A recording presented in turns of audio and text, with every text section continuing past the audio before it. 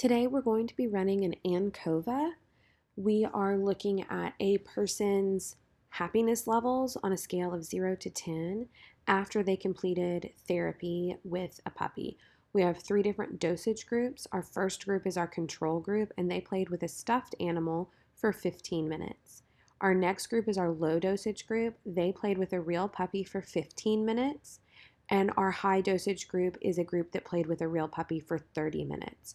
After playing with the puppy, whether real or a stuffed animal is in the control group, they gave their happiness rating. The researcher also knows that someone's general love of puppies might affect their ratings after playing with a puppy. So she queried their love of puppies on a scale of 0 to 7, with 7 being super ecstatic about dogs and puppies, and 0 being that they hate dogs and puppies. So now we're going to run our Ancova. We will first check our assumptions. The first one we're going to do is linearity, so we'll go to Graphs, Legacy Dialogues, Scatter Dot, and select the simple scatter. Select Define. We will move our dependent variable onto our x-axis and our covariate onto our y-axis. We want to ensure that there is a linear relationship between our covariate and our dependent variable. We'll then select OK and examine our output. So for the most part, we can see there is a linear relationship. There's a couple down here that we would consider outliers, but for the most part, we will consider this to be a linear relationship. We will want to check and see that our covariate love of puppies does not differ across the 3 dosage groups for our independent variable. To do this, we'll go to Analyze, Compare Means, and run a simple one-way ANOVA. We will put our love of puppies as our dependent variable and our dosage as our independent variable. Select OK and examine our output. We can see that there is not a significant difference in love of puppies in general across the 3 dosage groups. In order to test the assumption of homogeneity of variance or parallelism, you will need to go into Analyze, General Linear Model, Univariate. You're going to move your IV into your fixed factors, your dependent variable into the dependent variable, and your covariate into the covariate box. Then you'll click Model. We're going to change from a full factorial to a build terms. We're going to move dosage over, puppy love over, and then we're going to highlight them both by holding the Shift or Control key and moving them both over to get the interaction. We'll click Continue, and then we'll click OK. And that will run our test for the homogeneity of regression. The line that we are interested in is our interaction line. So for us, that's dosage times puppy love, which is our IV times our covariate. Ideally, we actually want a non-significant result. So ours is 0.028, which is significant.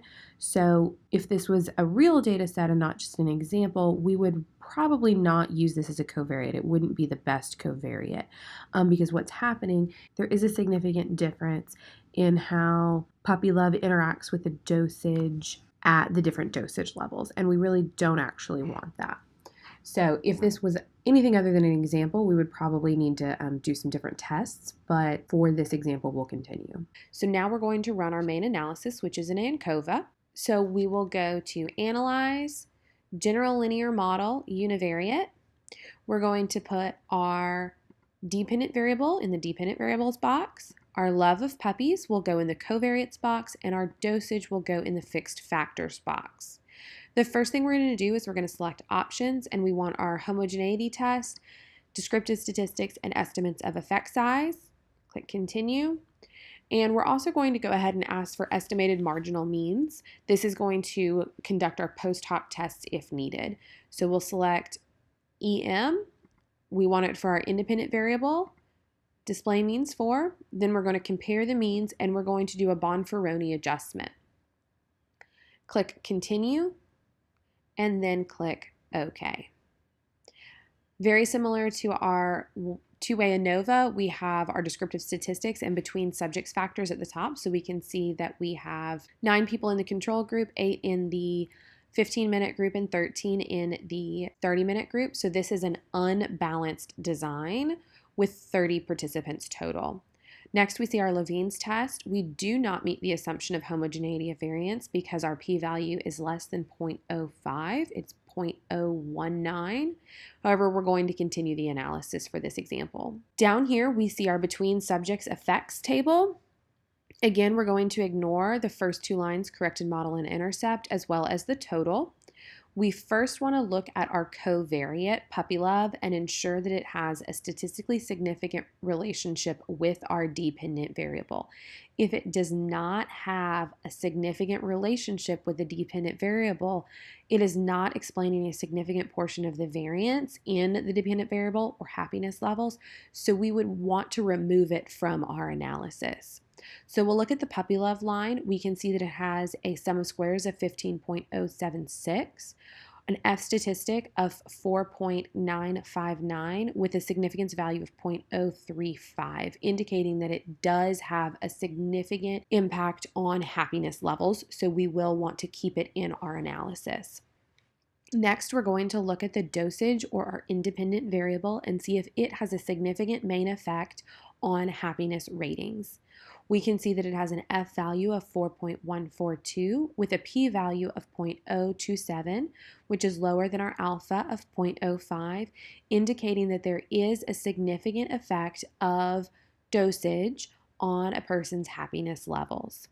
We can also see that it has a partial eta squared of 0.242, indicating that 24.2% of the variance in happiness levels is a result of the dosage that they received of puppy therapy. Next, we'll go down here since we did have a significant relationship and our dosage does have more than 2 levels, we will need to look at our post hoc tests. The estimated marginal means does something specifically for an Ancova that a post hoc test in general would not do if you were to run it in, say, a two-way ANOVA. In the estimated marginal means section, what it does is it removes the variance first of our covariate. So it adjusts for the covariate before conducting the post hoc tests.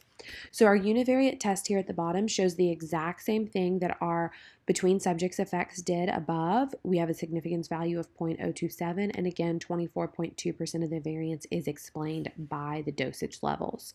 So now we need to look at our pairwise comparison table to see where those differences lie. We can see on our first line that the control versus the 15-minute group did not have a significant difference.